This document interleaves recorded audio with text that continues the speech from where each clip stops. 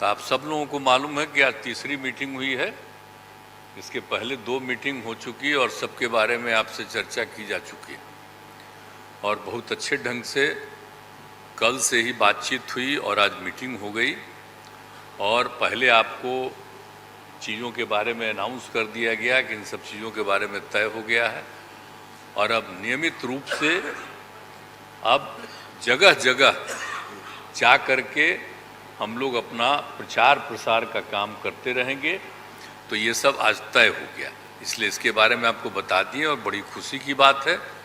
और अब आप समझ लीजिए कि जितनी पार्टियां एकजुट होकर के काम कर रही हैं, तो आप अच्छी तरह जान लीजिए कि अब इसी का नतीजा होगा कि अभी जो केंद्र में हैं अब वो हारेंगे, अब वो जाएंगे, ये पक्का जान लीजिए। और अभी आपको बताया गया कि कैसे मीडिया पर ही कब्जा कर लिया है। कोई भी दूसरे की बात कम छपता है और ज्यादातर उन्हीं की बात छपते रहती है।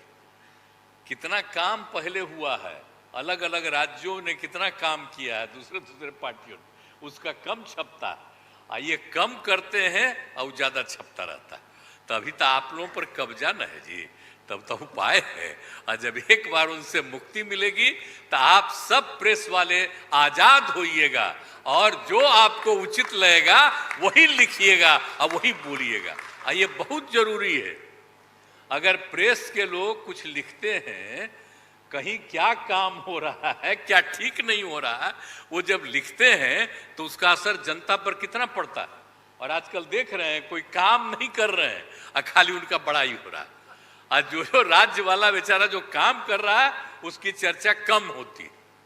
तो ये ना हो गया, इसलिए पटाइए। दूसरी चीज है, देश के इतिहास को ही बदलना चाहते हैं तो हम लोग सब मिलकर के देश के इतिहास को नहीं बदलने देंगे और सब मिल करके जो अपना देश है वो पूरा मजबूती के साथ होगा और समाज के हर तबके का उत्थान होगा और किसी की उपेक्षा नहीं होगी।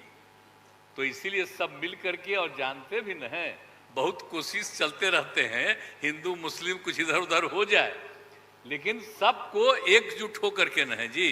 देश तो सबका है ना, तो सब एकजुट होकर के, तो सब मिल करके और सारा अच्छा काम कर रहे हैं, तो सबको लेकर के आगे बढ़ाना है।